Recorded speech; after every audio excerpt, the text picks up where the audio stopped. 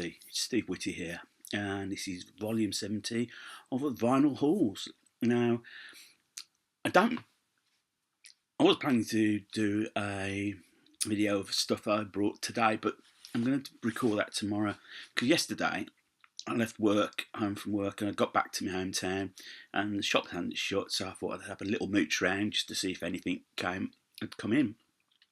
So I went to the British Art Foundation store, and lo and behold, they did have some albums that were deemed good enough to pick up. So, first of these albums is 10cc's Deceptive Ben's. Now, I've seen this floating around quite a bit.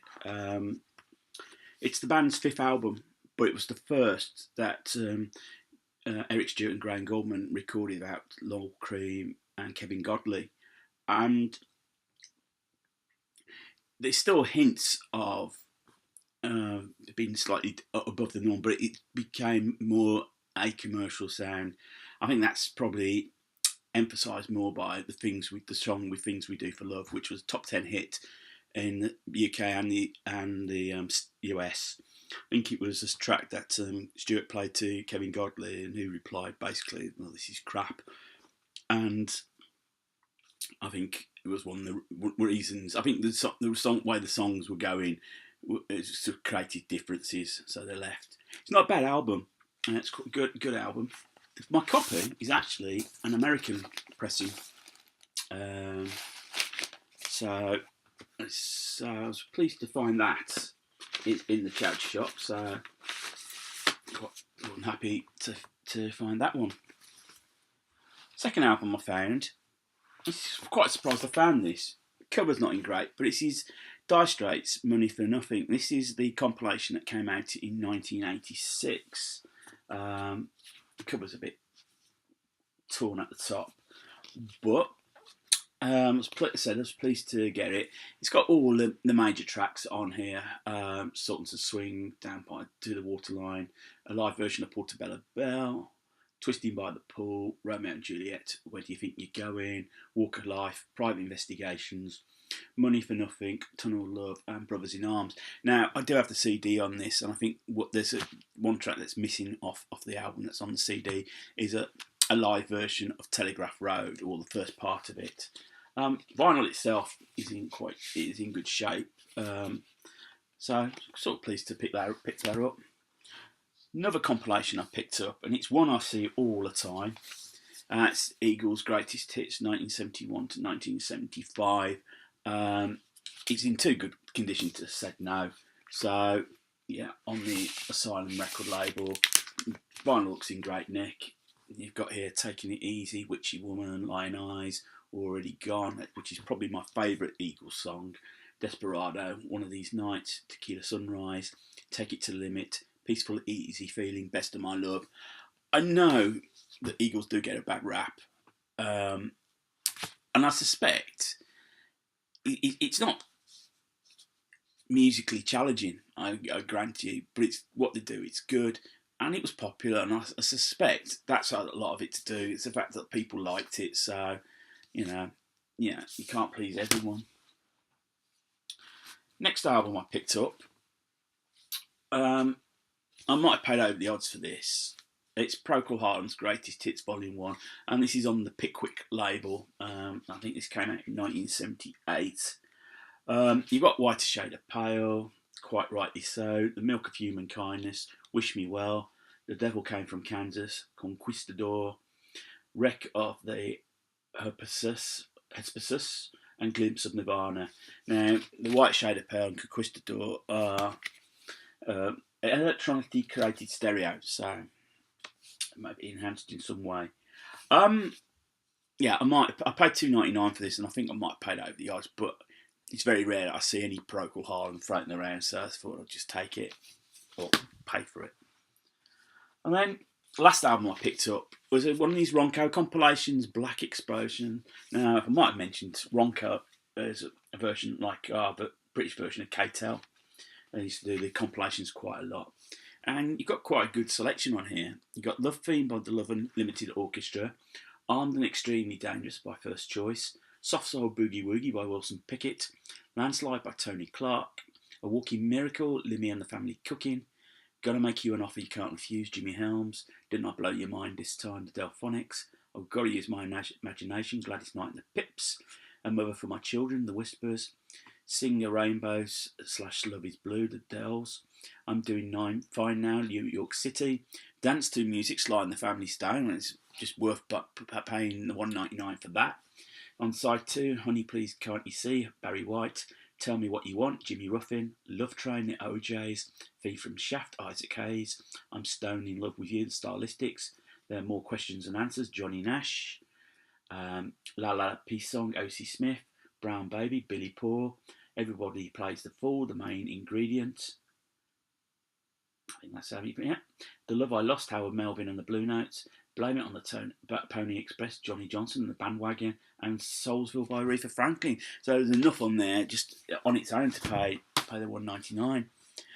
So I thought, well, shall I nip in? I went to Scope, there was nothing there, and I thought, well, I'll have a look in the Settlement Shop. Settlement Shop do have vinyl, but it tends to be James Last. You do get the odd thing. When I went in the shop, they'd done it. They'd moved everything around, and they'd moved all the vinyl right at the top. And as so happens, they got a load of singles. Now, I thought, well, I'd go in, and I knew, I'd have to pick 5 at least, because I didn't have any cash on me. You could make card payment. You have to do a minimum of £5. So I did manage to find 5, and it's quite a fruitful visit. Well, first one, 1910 Fruit Gun Company, Simon Says. I remember this as from my youth. It used to be played a lot on Junior Choice. Ed Stewart. 1910 Fruit Gun Company. One of these bubblegum acts from the late 60s across the States. He ranked with that Ohio Express. Next single I found, I was surprised to find this. It was the Damned Alone Again, or it's their version of the Love Classic. This came released in 1987. It comes from their Anything album. On the B-side, you got a live version of it, Dulce Decorum. Really good single. But this is when the Damned were charting, probably at the chart peak. Another single I found, and the cover's in quite good nick. This is Lindy's Farm, Meet Me on the Corner. On side 2, you got 2 tracks, Scotch Mist and No Time to Lose. Again, good nick. It's on the Pink Charisma label. One I was surprised to find in there, considering quite a lot of it is Glenn Miller, Harry Seacombe, the sort of thing we'd put in single form, was to find Prince and the Revolution, Girls and Boys, from the Under Cherry Moon soundtrack. Came out in 1986. I love that. I love this song. I must admit, I did like that. So I was pleased to find out. However, I'm saving sort of the best to last. There's one record I've been looking for, and it's purely for a personal reason. Well, there was 2 what I classed as grails. One was Keith West's excerpt from the Teenage Opera, which I found. The second record I found, it's the first record my mum brought me. I must have been 5 years old. Nothing musically outstanding, but it was a theme to a children's television programme. It's Jackie Lee Rupert.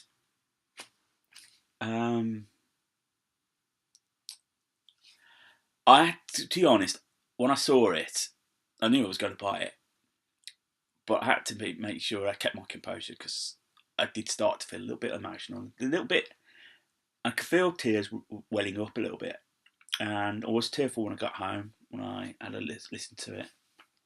I think every musical journey or collection starts with something.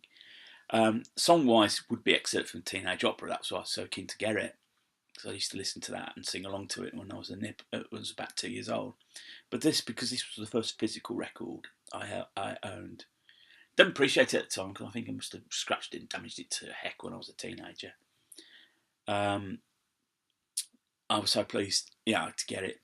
Jackie Lee was a bit of a soul singer, white soul in the UK, but she's well known for singing themes to children's songs.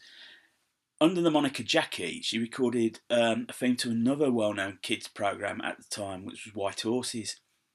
So I'm actually probably going to look for a copy of that as well.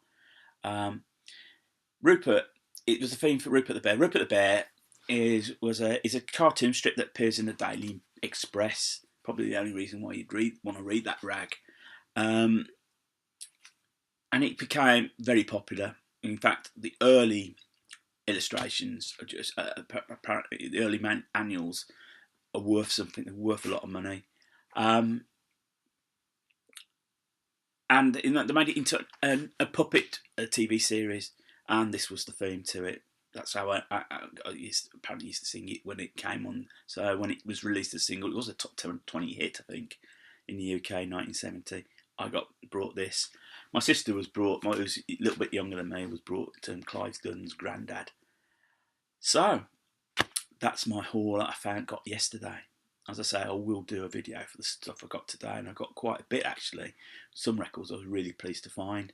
So, if you liked what you see, and if you're new to the channel, click the subscribe button. I've got 111 now. I've sort of let it lie a little bit for the period up to the holiday. Now I'm back. I'm pretty much want to do some more. I'm going to get some more reviews in. Thumbs up, thumbs down. Don't mind either way.